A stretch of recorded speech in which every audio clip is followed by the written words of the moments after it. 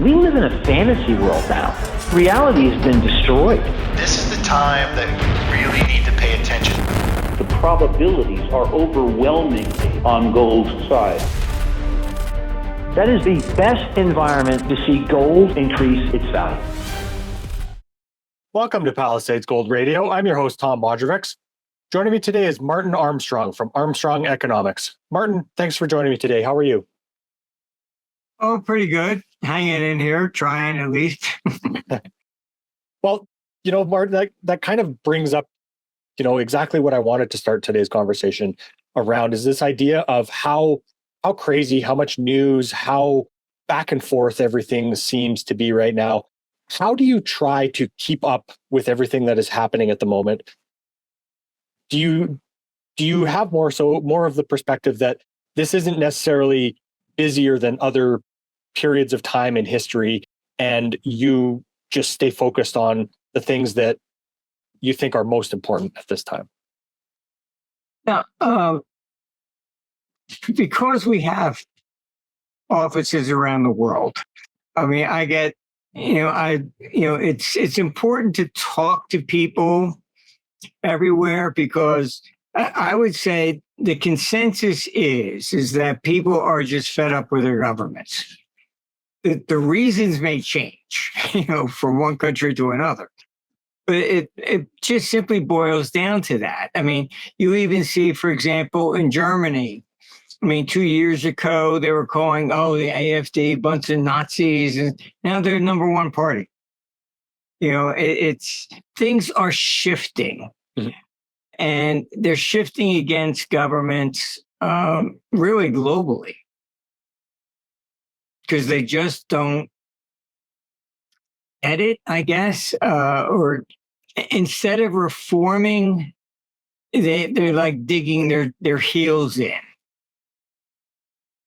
So, you can see like with the Democrats here, infighting, but nobody wants to admit that it was because of all their woke, crazy agendas that they lost. They're blaming everything but their own theories. Because they have to say, gee, I was wrong, I guess, and they just can't do that. Mm-hmm. You see that in Europe with the migrant crisis, punishing Hungary because you won't allow all these crazy people to come into your country. Like you're a great example, Sweden's got, even the police have no-go zones, because it's too dangerous, and you had different migrant crises than we have in North America. There you had a lot of people coming in from Islamic nations. And instead of blending in, they didn't do that. They brought their own culture and actually have signed up Sharia law here. So you're refusing to obey the laws of the country you came to, and that's all irrelevant, and we're just going to change it to ours. Then why are you going there? It's people when they came to North America from Europe, just about everybody came here to get away from what was there. And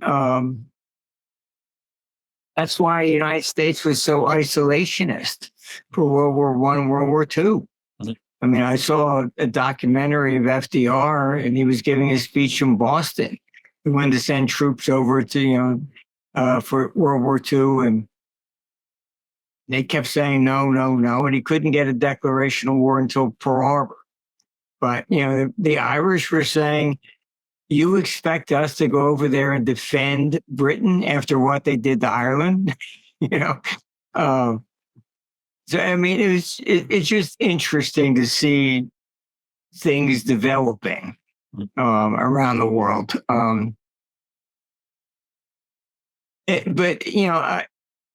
I would say what's different is that this is more or less collectively a rise up against government in general, regardless of what country you're talking about. Mm-hmm. You've got issues there in Canada. U.S., I mean, Europe. I mean, everybody's got the same thing. Maybe just the reason's different. That's all. Yeah, I can certainly see that, and it does seem maybe that governments around the world have gone, so far without ramification or protests or anything like that, that again, this seems to be another cyclical, maybe low point for confidence in governments that has been repeated over and over, right? Yeah, look, the Trump victory, I think, was basically kind of, the beginning of this cycle. Because then you look in Europe and you're seeing all, right-wing parties all rising, the same thing. So it is definitely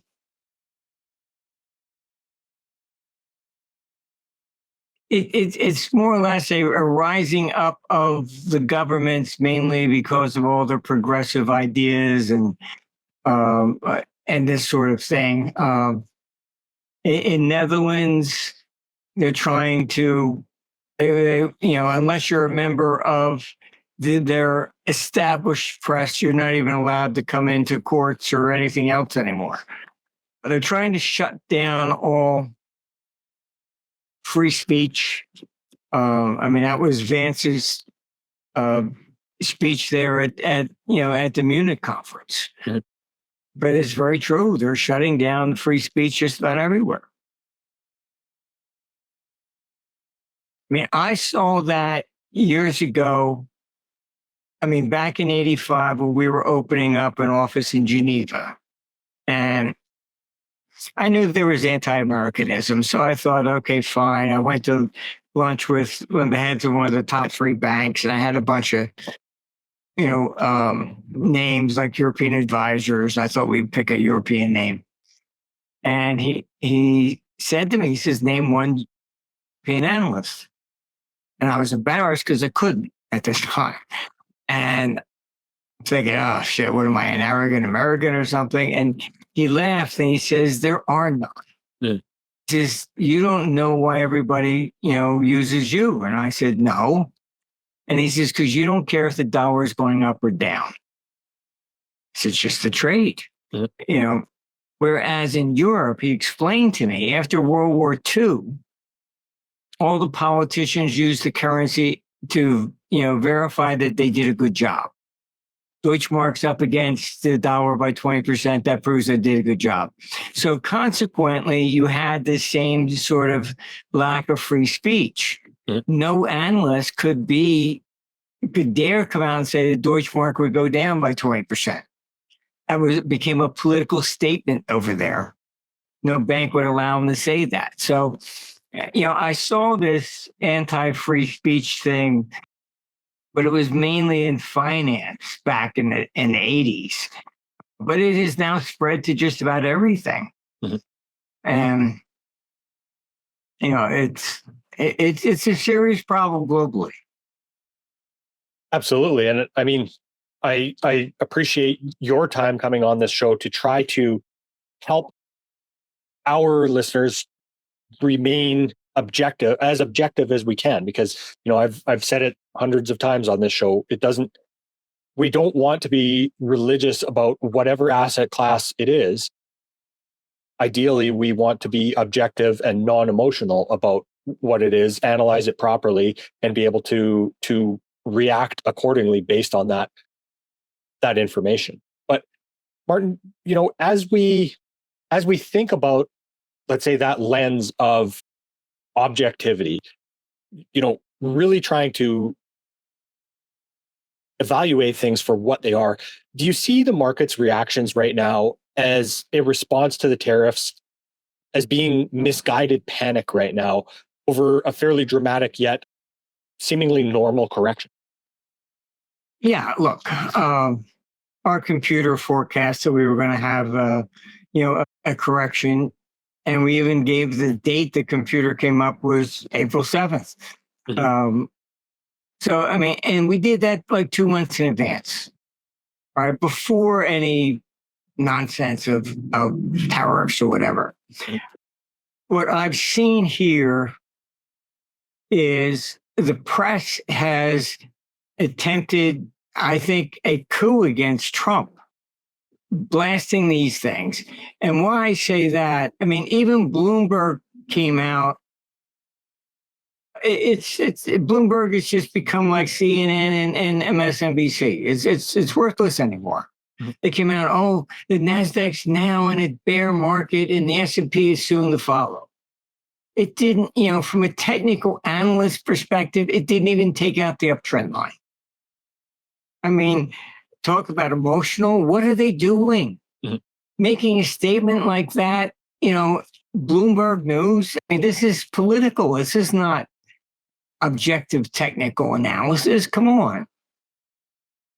Well, it seems to be fair, when you're I was going to say, to be fair, when you're used to it just marching upwards and to the right, any correction feels like the end of the world. Well, yes. I mean, but it's a normal correction. It's not like they turn it into like this panic. That's it. The world's going to end. It's tariffs. It's all, first of all, the whole tariff issue. The real tariffs began after World War I. Mm-hmm. And they began in Europe. Because even sugar production, all the refining and everything, all that type of things were done in Europe. The British pound was the reserve currency of the world at the time. Mm-hmm. You can find, on eBay, Chinese bonds issued in British pounds, So World War I, they blew themselves out of the water. They lost everything. The dollar became reserve currency, moved from London to New York, etc. So they put on extremely high tariffs. And the purpose was to try and, cut off all this imports so they could resurrect their old industries. And they raised tariffs 33 times after the war, before 1929. So Smoot-Hawley, which everybody like, oh my God, Smoot-Hawley was just a reaction to that. All right. It was a reciprocal tariff. And it didn't come out until June of 1930. All right. So no honest economist that I know of ever blamed the tariffs on, the Great Depression on the tariffs. Nobody. It doesn't even fit the timeline. All right. The crash was already begun. And because everybody was more involved in trying to sell socialism at the time, Galbraith, who was there in Canada, put out his great crash. I had to read that in high school. What's missing in no mention whatsoever of all the sovereign defaults of 1931. I only discovered that when I came across a copy of Herbert Hoover's memoirs. And, and basically all of Europe really defaulted. Britain suspended its all payments. Canada did too. Most of South America went out. That's what took down 9,000 banks in the Great Depression, not tariffs. All right. The tariff rhetoric came during the 1932 election of FDR. Again, not blaming sovereign debt because government is the savior, and we don't want to say government cost it, So it was, you had some Democrats running around and blaming the tariffs. And so you ended up with that propaganda, and everyone said, oh, tariffs are bad, they cause depressions. No, they do not. And so that's what the press jumped on, and Look, I heard from some Canadians, they said we should send a thank you letter to Trump because we had no idea that every province has tariffs on against the other ones. You know, that would be illegal in the United States. But each province in Canada sees itself as like a separate country or something. And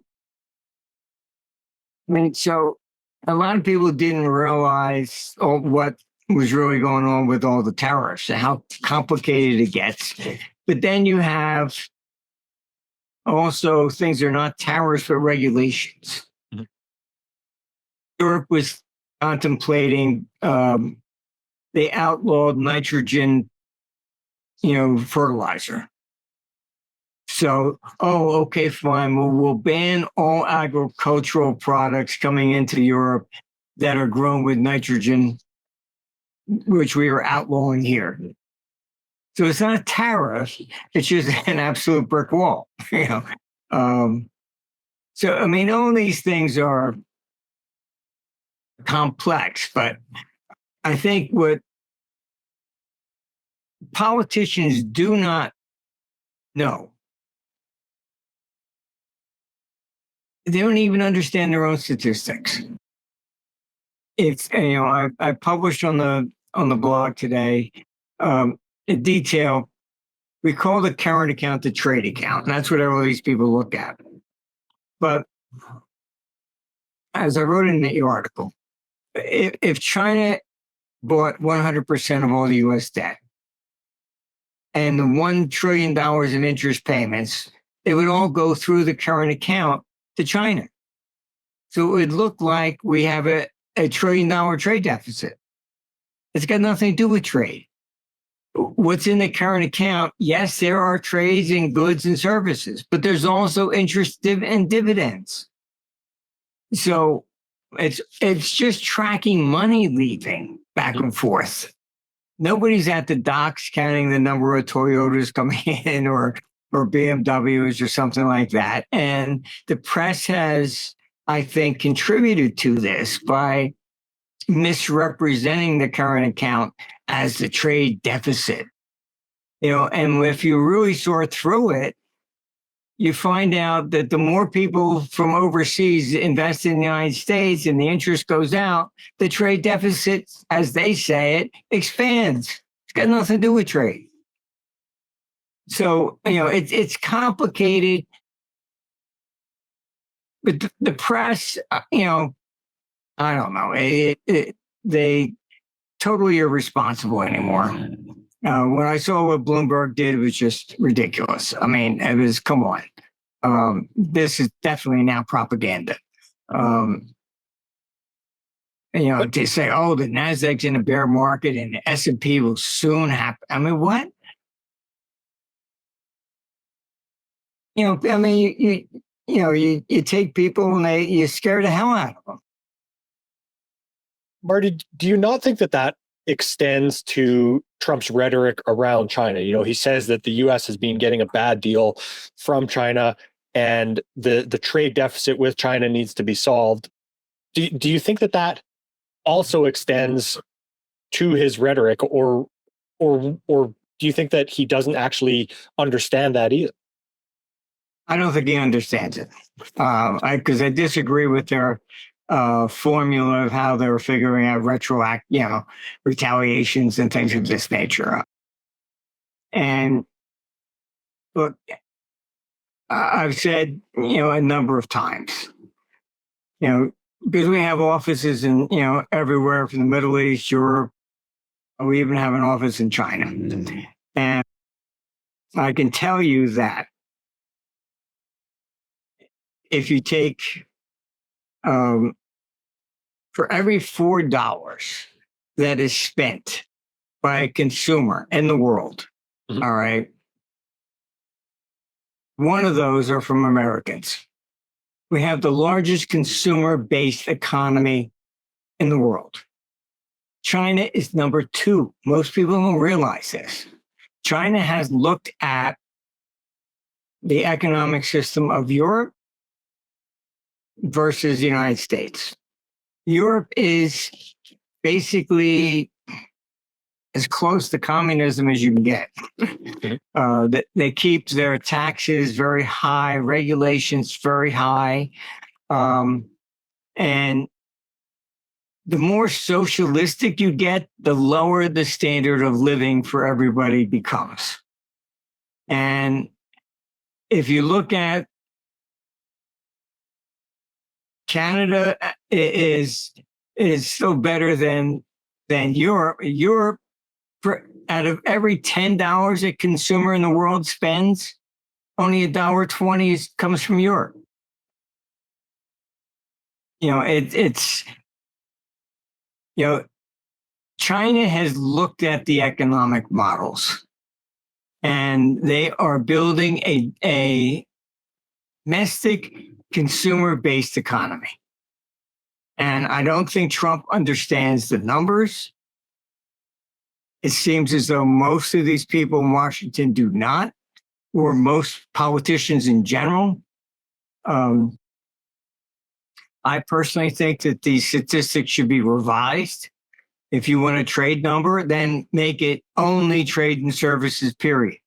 Not investments and stuff like this that you're throwing in there. But they keep manipulating things for their own benefit. Before 1980, real estate used to be part of the CPI. Then real estate started going up. So they took it out and replaced it with rents. They said, oh, it's really an investment. They've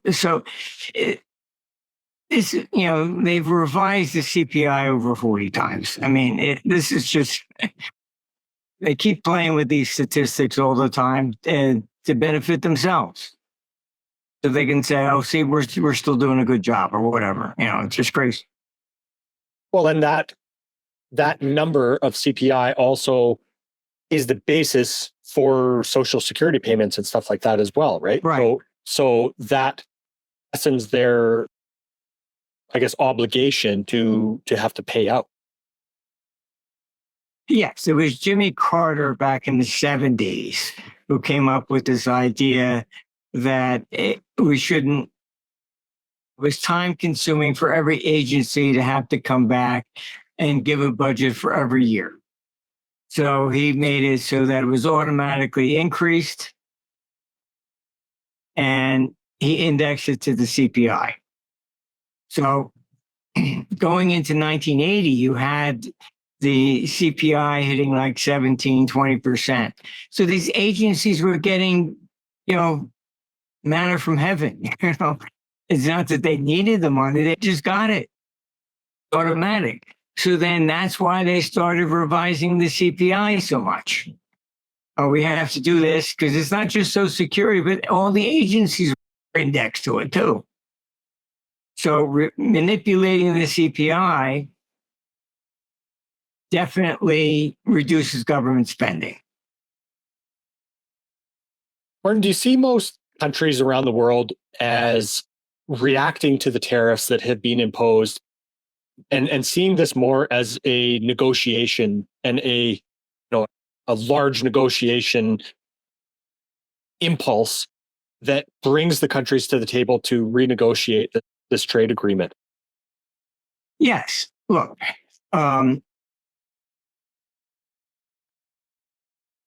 you go to even an Iranian bazaar. Oh, it's $100. Now I'll give you 50. Now I'll make it 75.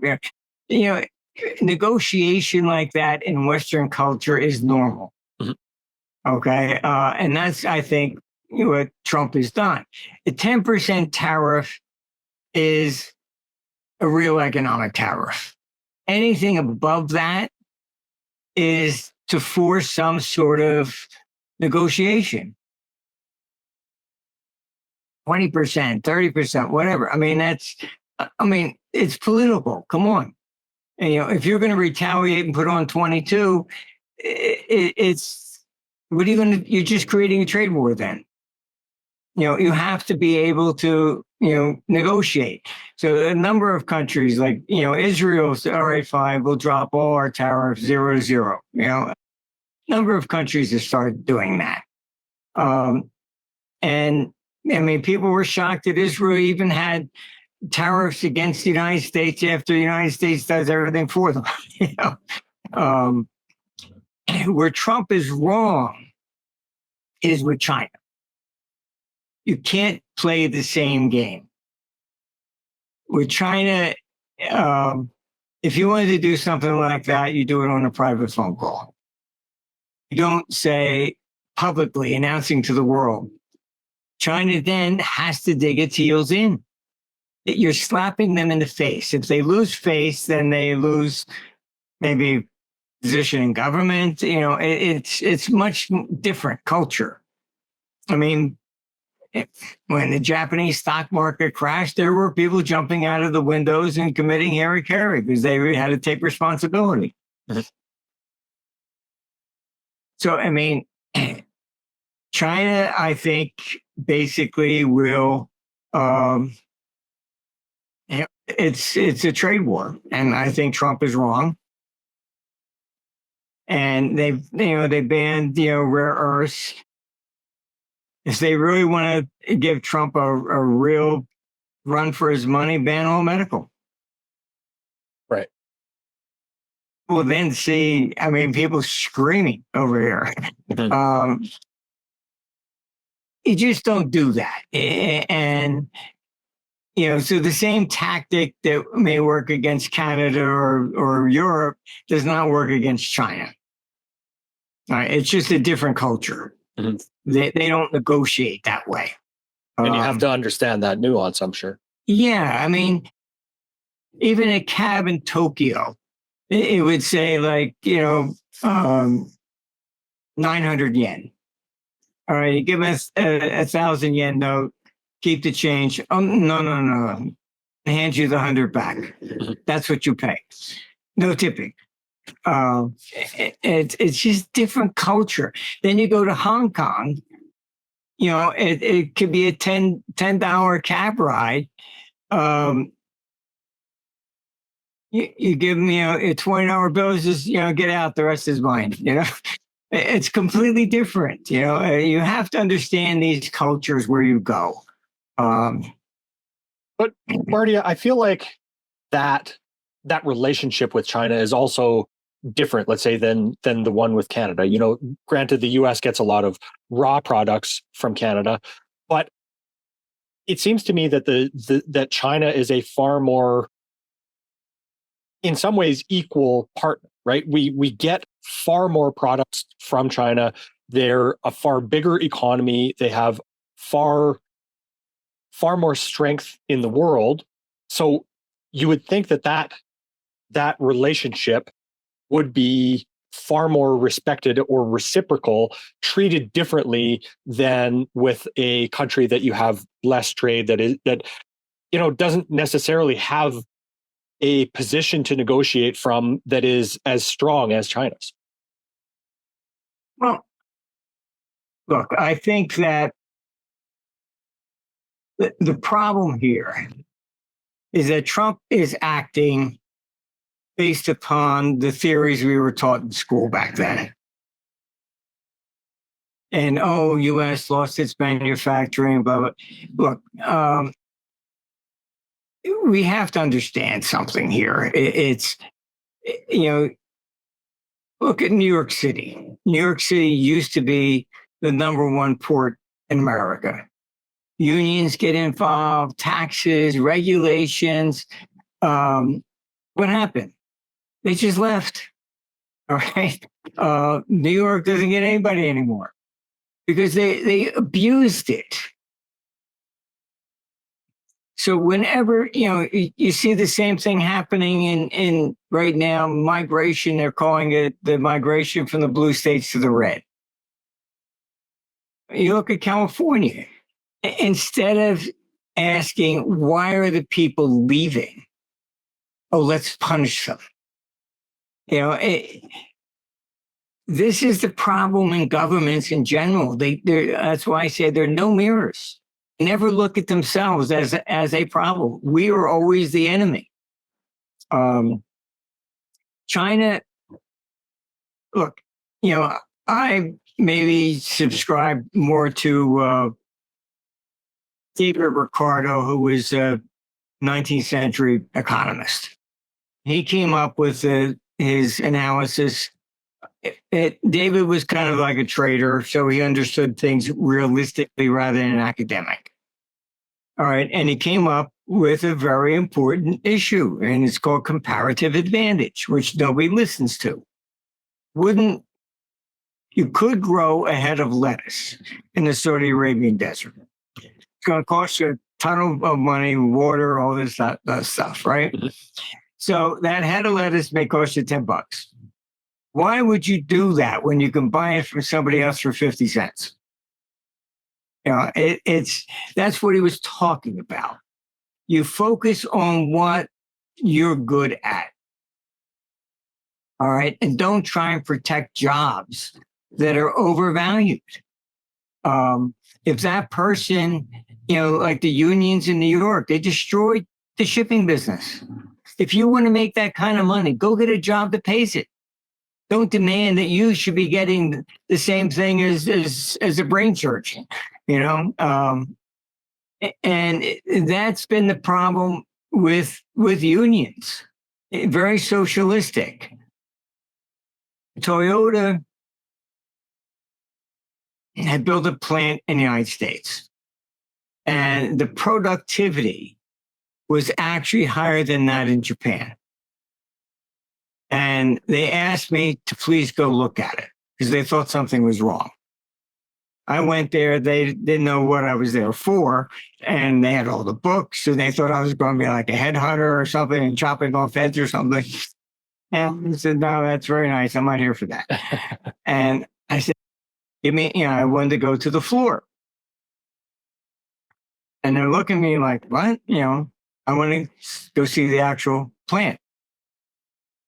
One guy pulled the cord and stopped the car, the assembly line, and they freaked out because I went over to talk to him. I said, why'd you do that?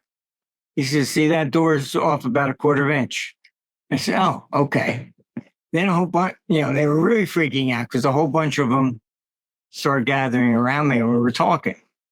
And I left and they were like, talking to the workers, I went back to Tokyo and I told them, I said, look, because I understand the prejudice thinking that American workers were bad.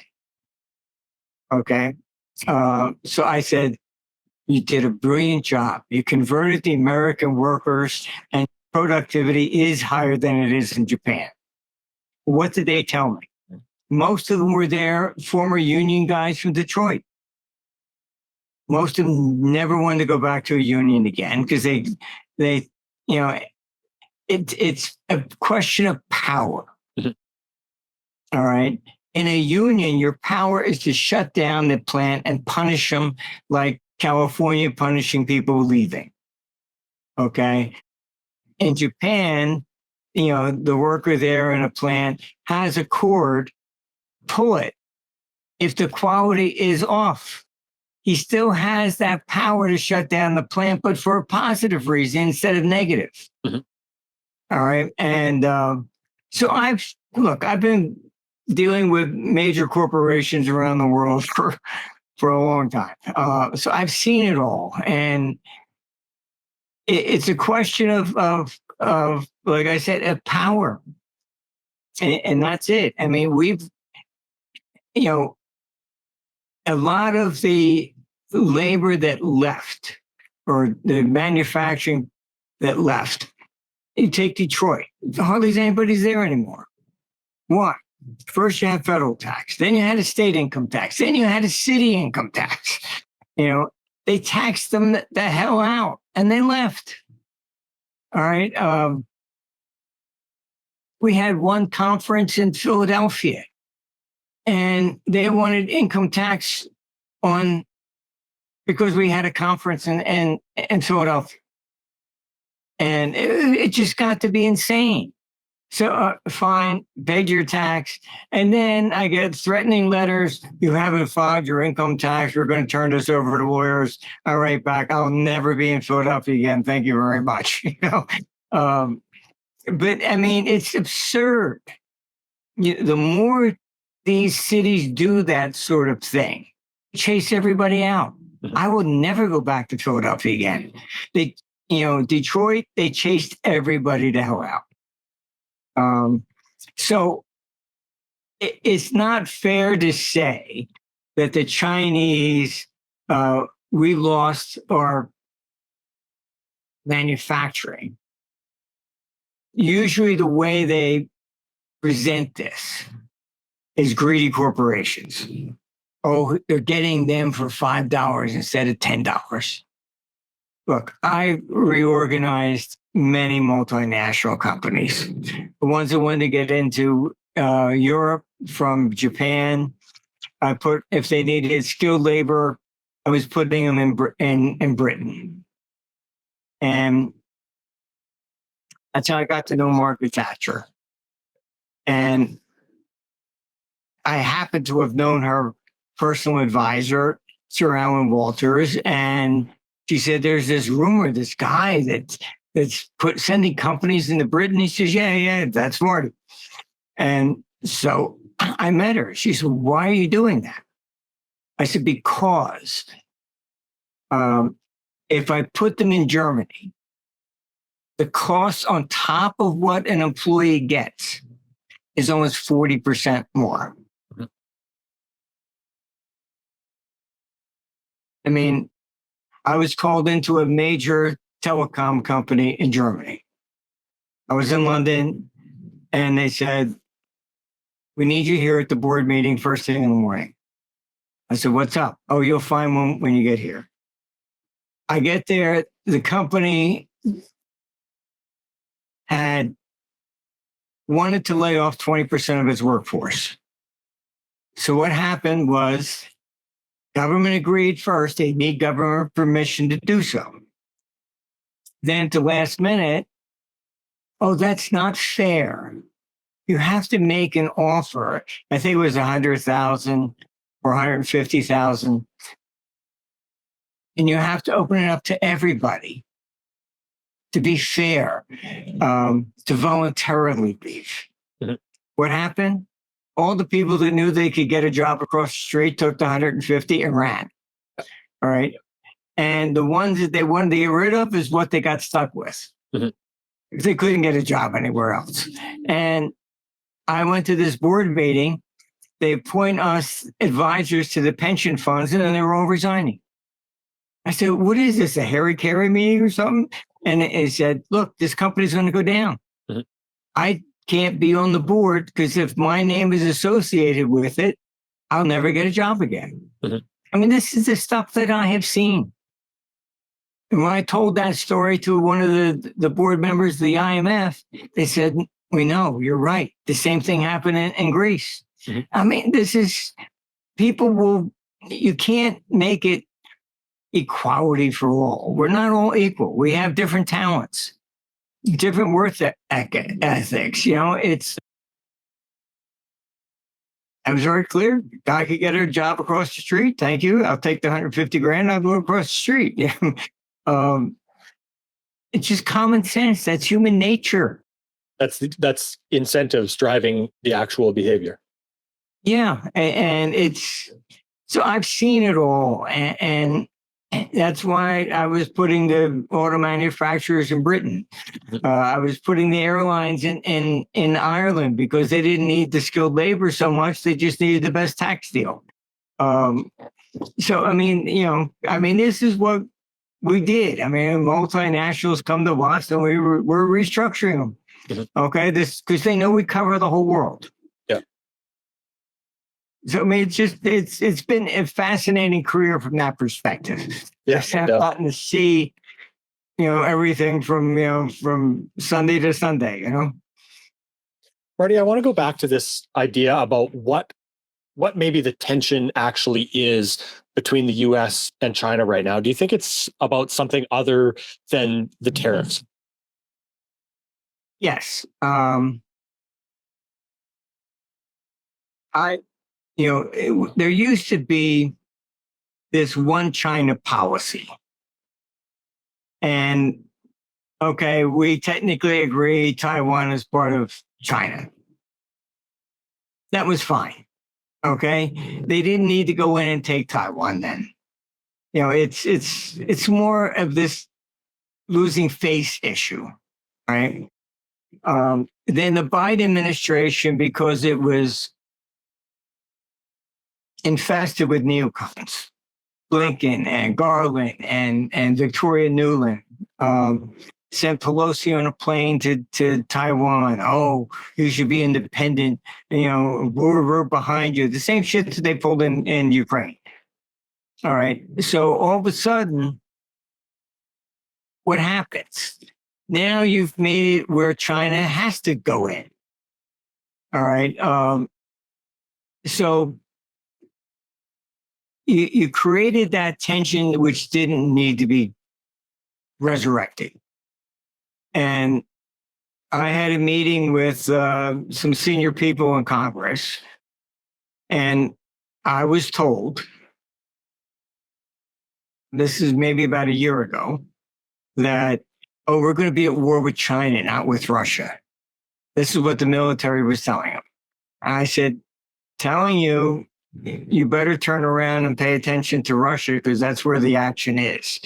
All right. They're telling you to watch China so that you don't pay attention to what they're doing over there. I mean, I know every little scheme that they pull anymore.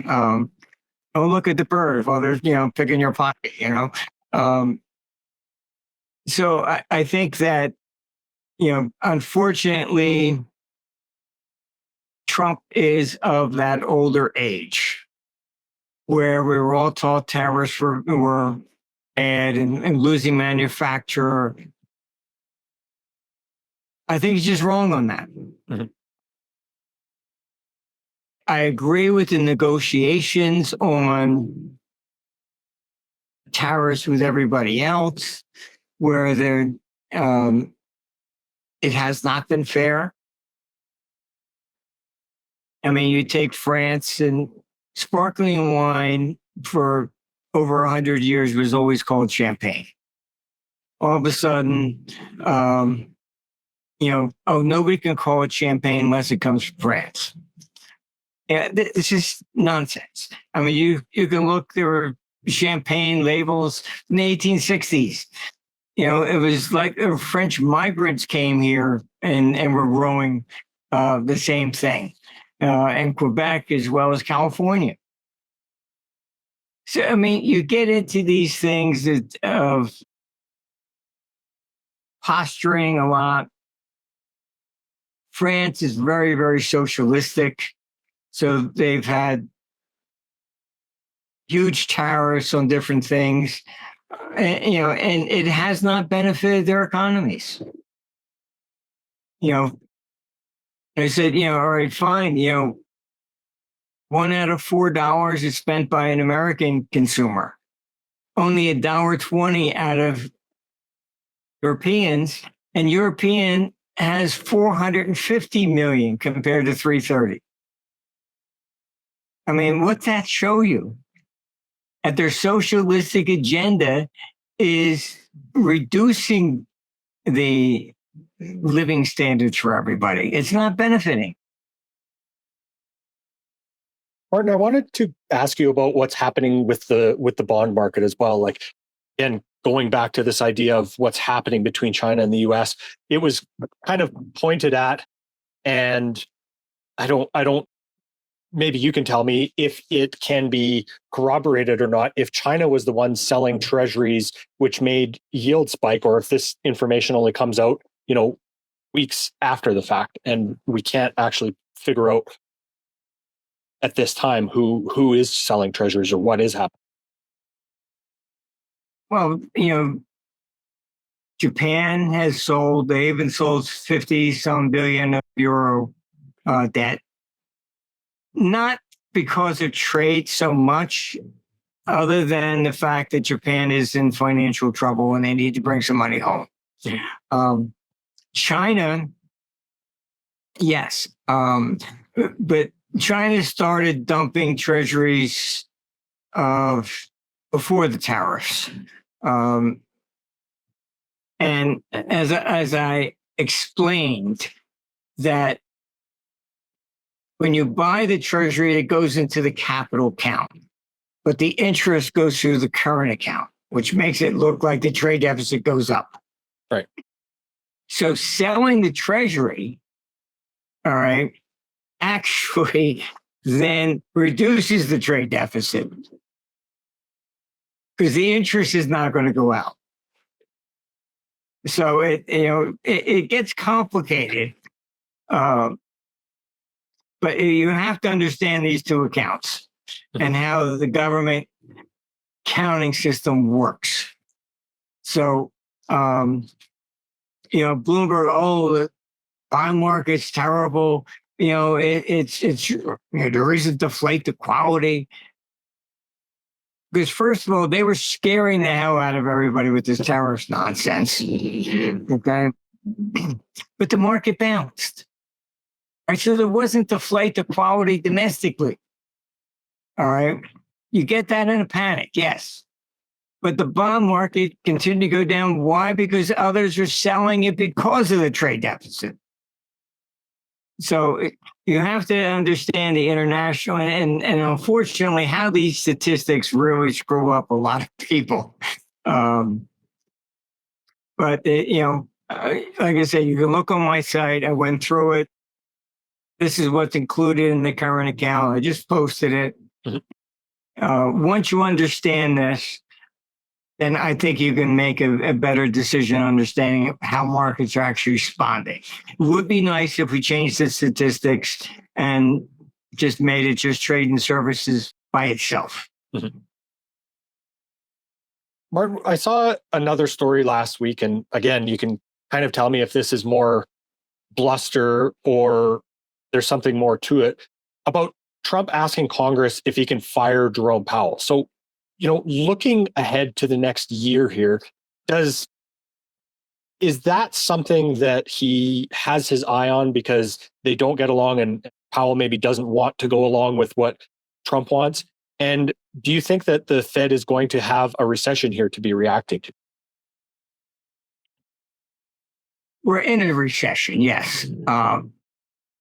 And that's going to go basically, it's a global recession.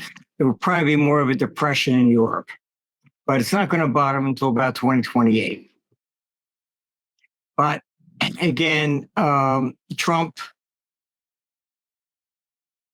he can't fire, Powell. And he thinks it's just lower interest rates are better. It's not. It's just not. He's been on the borrowing side. All right. So he looks at it from his perspective.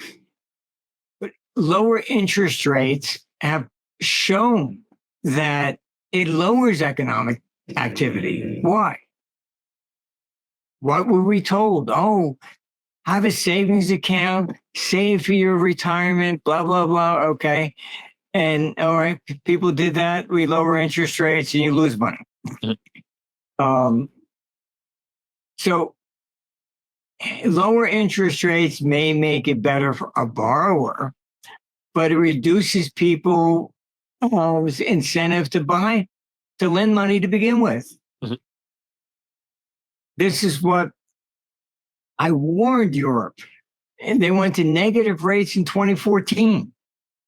I said, this is insane. You don't understand what you're doing. They're just saying, oh, if we make it negative, then they'll force them to spend it. Didn't work. Sorry. They just withdrew their money from the banks.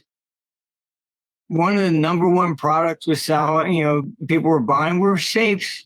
They started stockpiling cash. All right. And then what happens is because they went negative, bonds are the reserve currency for all the banks. So then you were basically undermining the banking system of Europe, which, trust me, a strong wind can blow it over. And it's just, they don't understand how everything is interconnected. They really do not. And I'm not sure a lot of domestic economists do either, really. Because they just look at, what's the Fed going to do? Oh, are there lower rates? It's nonsense, absolute nonsense. You can look at it. I mean, you can go to our site and see interest rates rose all the way into 1929. Hit 6%. It went from 6% all the way down to 1%, and it didn't stop the crash. Mm-hmm. All right. Interest rates always go down during a crash. 07, 09. It doesn't help. What I've tried to explain to these political idiots, is that what is the interest rate? It is the basic expectation of inflation in the future. Right. All right. So if you have no confidence that, you can even make 1% over the next year because the markets are crashing, you're not going to borrow it at 0.5%. It's a question of confidence. It's not a question of the empirical rate of interest. You can also see in our chart, we publish charts of interest rates in the stock market. The record highs is 1899, nearly 200% in the United States. The stock market has never peaked with the same level of interest rates twice. In fact, 1929, which was the biggest rally, peaked with one of the higher interest rates. Right? So, I did a lot of research on this stuff, and what I discovered when I talk about the shift between public and private. Reading the newspapers before 1929, if the interest rates went up, it was bullish. Why? And it shows there's still a demand for money. After 1929, interest rates went down, not bullish. Nobody's borrowing. Nobody wants it. All right. And then we ended up with this socialistic economic theories. Oh, the Fed is going to raise interest rates because they don't want us to borrow. And it's what's the Fed going to do to us now? It's not economics.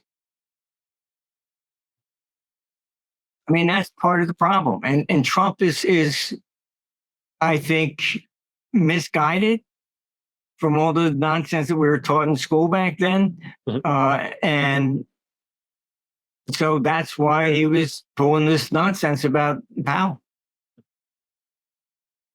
Divorcing the actual policies from bluster and the negotiations that is Trump, do you think that this is going to be an effective strategy to move the U.S. forward in a positive direction economically over the next, let's say, decade? It depends. And the real kicker here is the tax rate. I did testify before Congress on these issues, and I said we need to lower the corporate tax rate to 15% and then worldwide taxation. Why? Oh, you're benefiting corporations, the rich, blah, blah, blah. No, it's the fact that back then the question was why no American company got any of the contracts to build the Yellow River Dam in China. It's very simple. I said, German companies don't pay worldwide income. They don't pay income tax on anything that they earned in China. Therefore, an American company going over there is already 35% higher. Mm-hmm. And you can't compete. And they were like, oh, didn't think of that. Yeah, I'm sorry, So Trump some people have said that he's maybe looked at what I testified about because he was coming up with the 15% thing again. If he does what I've said on income tax, and income tax really should be eliminated. What the reason it was prohibited in the Constitution is that it requires you to report everything to the government. Oh, I found $100 bill in the parking lot. Here's your $50. You don't give a shit where you got it from. You could have robbed the bank. There's our cut. That's it. That's the way they look at it. They don't care if it's illegal, not illegal. You got the money. Where's our 50%? So you have to. Income tax has been a Marxist, wet dream, basically, and it should be basically just a consumption tax. That's it. If I want to buy a Rolls Royce, well, I'm going to pay more sales tax on that, as opposed to a Toyota. You can't bring a tax lawyer with you in to negotiate that tax lower. It's fairer. If the rich are spending more, they're going to pay more. Okay. I mean, I had debated Steve Forbes and at the time, the governor of New Jersey, Jim Florio, at Princeton University. And Steve was for the flat tax. Florio was kind of like, tax it if it moves, and when it dies, take the rest of it, I was in the middle. I was more on the consumption tax. And Florio was a very staunch Democrat. And I kind of blew him out of the water. I said, do you realize what you're doing with this income tax? I said, you're borrowing from the poor. You don't even give the dignity to give them interest. I said, they get their refund checks back, but you don't pay them interest on the money you used all year. And he just looked at me. He was like, oh, shit. Yeah, he had no response. Mm-hmm. This is what they're doing. Oh, see how good it is? I stole $100 from you, but I'm going to give you, $20 back. I'm a great guy, right? Look, income tax should be abolished. In part, that's what Trump was saying. We used to survive on tariffs before 1913. True. But the problem then becomes there was no socialistic agenda then for Social Security, all this stuff. Once you started down this path of Marxism, the government expanded dramatically. There's no way the tariffs are going to pay for that. So in some of these things, I mean, I understand where Trump's coming from. Historically, yes. Will he, benefit the economy? Look at my World Economic Conference last November, I stood up and I said, I wish them all the luck, but it doesn't matter who wins. We're going into a recession anyhow, because we're all connected. All right. It's you can't have one country booming and everybody else falling. We're all in this together. And so we're still in a recession, a downward economic movement. It's more like stagflation, where prices will rise. They're not going to drop a lot, but the economic growth is declining. Germany is an example of why I say Europe could be in a depression.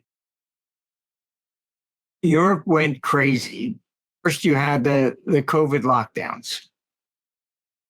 That put a lot of small businesses out. Then you came in with the climate change. More businesses failed. Then you put in tariffs on Russia. Well, all energy was imported. So what are you doing? You say, I'm serious. I'm going to put a gun to my head and I'm going to pull it. See? Between those three stupid decisions, all right, the German economy has actually shrunk. Mm-hmm. And what I mean is you've lost businesses and the positions of employment. It has shrunk by at least 3%, maybe up to 5%. All right. So that's what I'm talking about. Europe is going into a depression. All right. You're losing businesses. That's what happened in the 1930s. Lost a lot of businesses. 9,000 banks failed. That's what distinguishes a depression from a recession. So that's why I say we're not going into a depression in the United States. But you're looking at that. Trump may even accelerate it. Just as Hoover was certainly blamed for the tariffs and the Great Depression when he really had nothing to do with it. He just got elected in 1929. He caused the crash.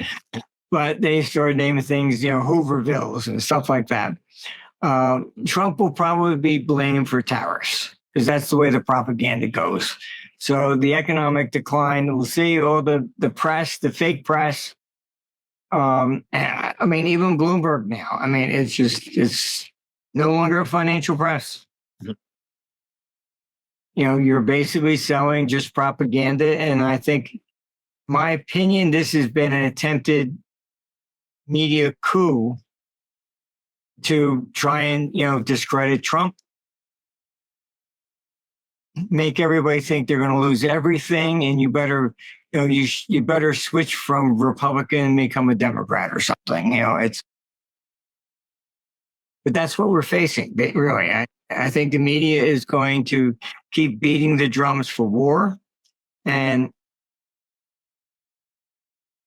against Trump. Marty, that is something that I wanted to ask you as well, is this idea that, Trump ran on a platform of economic reforms. He's coming in and doing that, but he also ran on a platform of peace, of ending all of these wars and conflicts on day one of his presidency. Obviously it's a more complicated scenario than that. But, we're now seeing escalations directly from the White House against Iran, for example, and no real resolutions yet. Again, I know it's a complicated picture, but do you think geopolitically his scorecard is going to be at the end of this term because of these escalations, and even just at this time, considering that he ran on this platform of peace? Well, I see that is a bit different with Iran and the Houthis. I don't think you're looking at sending in armies and troops and things of that nature. With Iran, he's basically threatened to bomb their nuclear facilities off the face of the earth. We do have bunker bombs, which would be able to do that. From what I was told, negotiations with Iran are right now going on and are actually pretty positive. Iran does not want to have a war with the United States. He wants them to cut off all ties with the Houthis, who seem to be, it's just a zealot nonsense, really, attacking all shipping ships for what, but as far as Ukraine is concerned,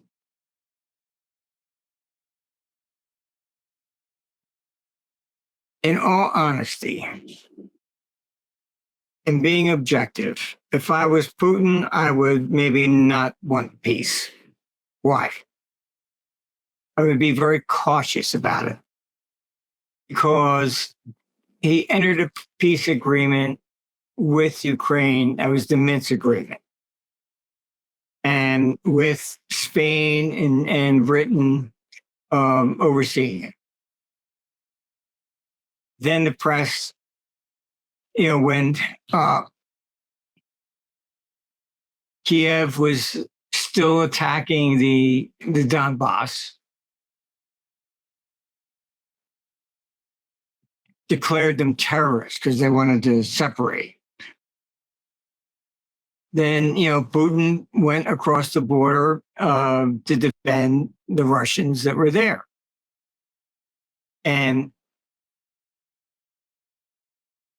Merkel actually, I can't imagine any leaders saying this, but she did. It was major press. They asked her, why didn't you, defend the Minsk agreement? And she actually told the press that, well, we never really intended, just buying time for Ukraine to build an army. This is why Trump wouldn't allow Europe at the table. Why should you be at the table when you lied the last time? Would Putin trust you? If I was Putin, I wouldn't. You just signed a peace agreement and you just said, screw it, we're not really going to honor it. So what, I sign again, you do the same thing? When you have one ordering all males to attend military training, handing out guns in grade school to teach kids how to use guns. But you have every country over there talking about, conscription.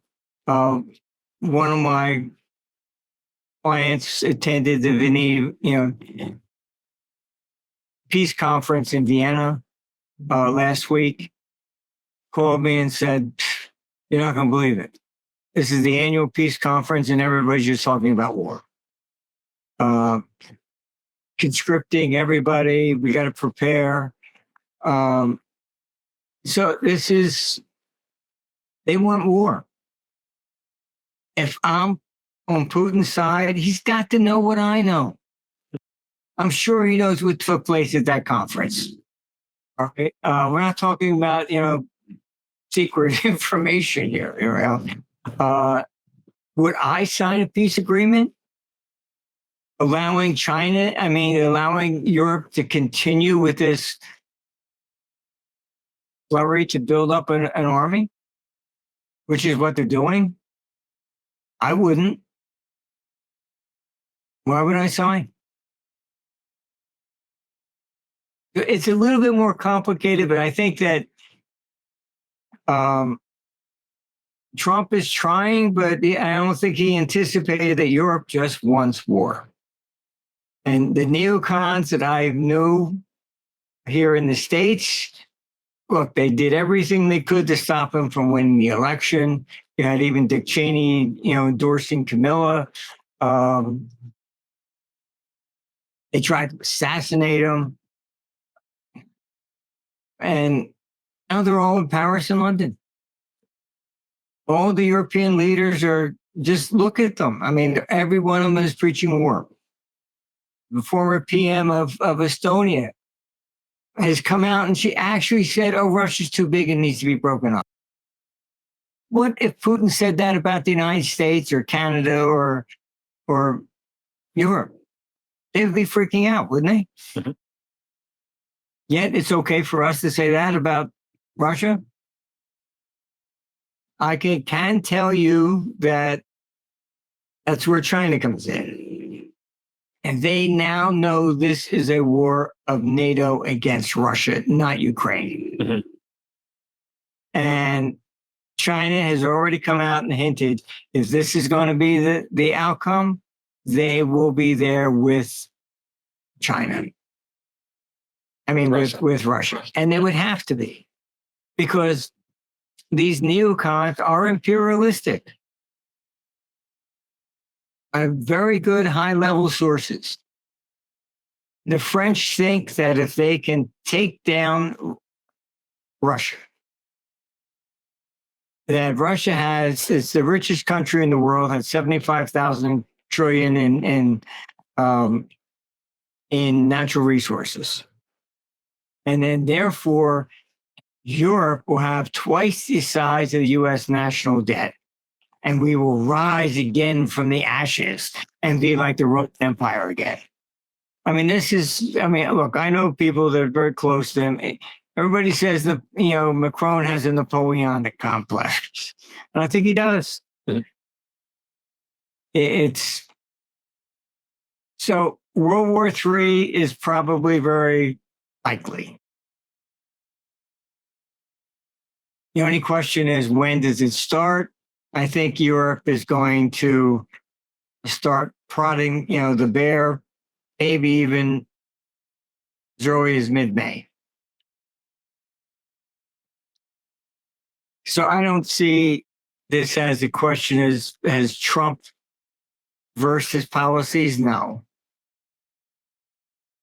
He's against military people dying in the battlefield. I told you before, I had dinner with him back in March of 2020 when he was president the first time at Mar-a-Lago. It was the first time he actually impressed me. That he said he wanted to pull the troops out of Afghanistan, but it was the reason. He said he was sick and tired of writing letters to their families, your son died, forgotten country. The president has to sign a letter for every soldier that dies. Because Trump's not a politician, I think that bothered him. Whereas a politician, yeah, okay, fine. That's just collateral damage. They don't think about it. Mm-hmm. He's thought about it.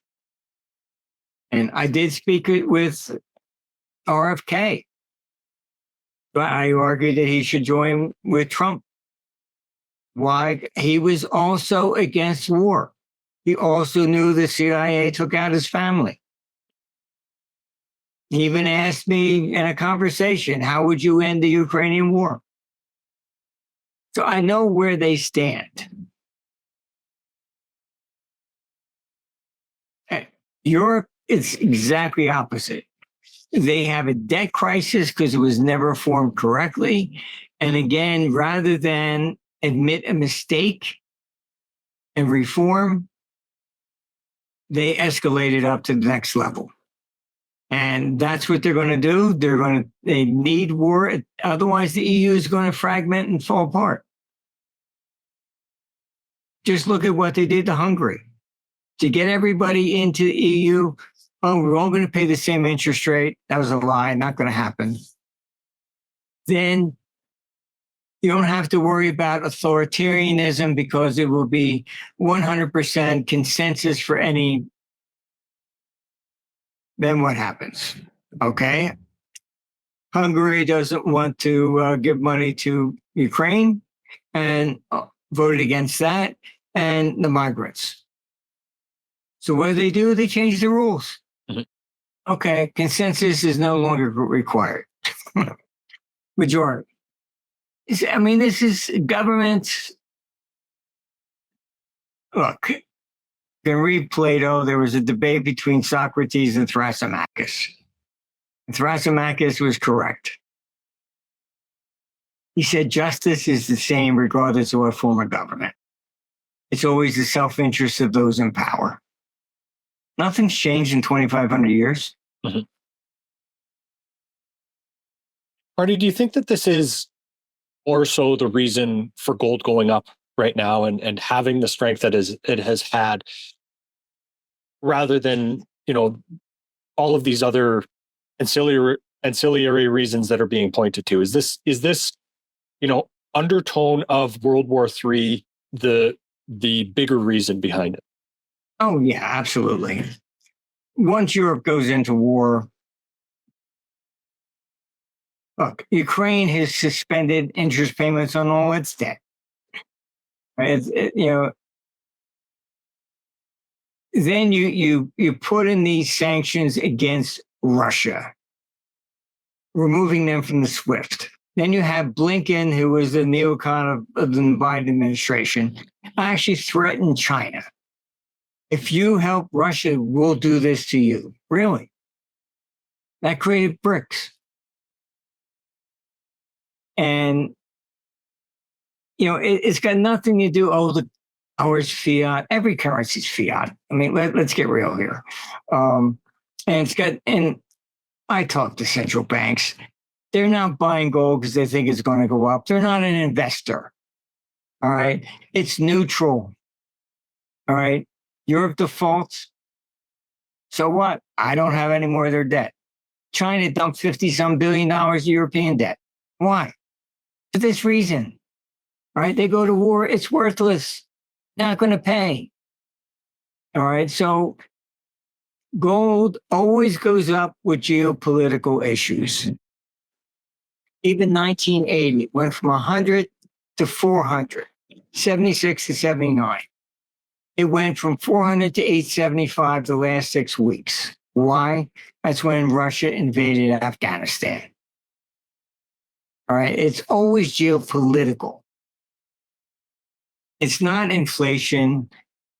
Look, gold was at 875 in 1980, went down for 19 years. Inflation went up for 19 years. National debt went up for 19 years.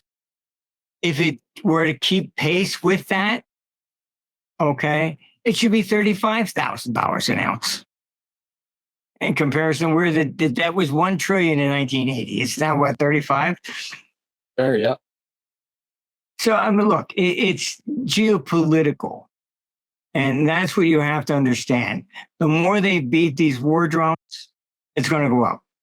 It's probably going to, right now, continue higher, maybe for another couple of weeks into the week of the 21st, back off a little bit, maybe for a couple of weeks.